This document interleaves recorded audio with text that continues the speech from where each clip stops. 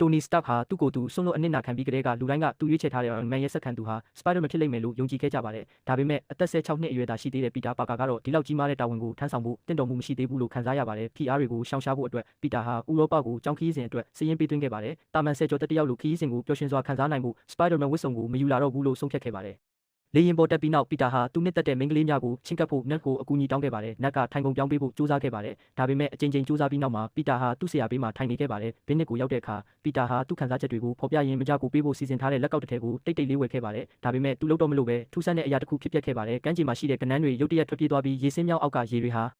ထူးဆန်းစွာပျောက်ကွယ်သွားခဲ့ပါတယ်။နောက်တစ်ခဏမှာရေအောက်ကနေအေယာမလက်တံကြီးနှစ်ချောင်းပေါ်လာခဲ့ပါတယ်။ကောင်းကင်ထဲကိုမြင့်မားစွာမြင့်တက်သွားတဲ့လှိုင်းလုံးကြီးတစ်ခုထွက်ပေါ်လာခဲ့ပါတယ်။အေယာမရေမိတ်စာတစ်ကောင်ပေါ်လာပြီးသူ့ရဲ့တိုက်ခတ်မှုတွေနဲ့အရာအလုံးကိုဖျက်ဆီးပစ်ခဲ့ပါတယ်။ပီတာဟာသူ့ကိုရက်တန့်ဖို့ချက်ချင်းခြေလှမ်းခဲ့ပါတယ်။ဒါပေမဲ့သူချက်ချင်းသဘောပေါက်လိုက်တယ်။သူ့ရဲ့ပင့်ကူအိမ်ဟာတတဝါကိုတိုက်ခိုက်ဖို့လုံးဝအသုံးမဝင်ဘူးဆိုတာတစ်ချက်တည်းနဲ့တောင်ခုန်ထွက်သွားတယ်။အရေးအကြီးဆုံးအချိန်မှာပဲ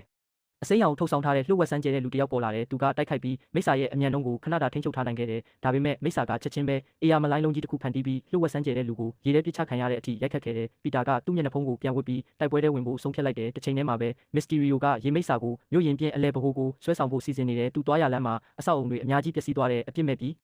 သူတွေကိုကာကွယ်ဖို့ပြုတ်ကျလာတဲ့အပျက်စီးတွေကိုထိန်းချုပ်ဖို့ပီတာကပိုက်ကွန်တွေကိုဆက်ပစ်နိုင်ခဲ့တယ်။တိုက်ပွဲဖြစ်နေတော့မိစ္ဆာရဲ့တိုက်ခိုက်မှုကမီရှူမီပန်းတွေကိုထိမှန်ခဲ့တယ်။ပီတာကချက်ချင်းပဲအဆောက်အုံရဲ့နှစ်ဖက်စလုံးကိုပိုက်ကွန်တွေပစ်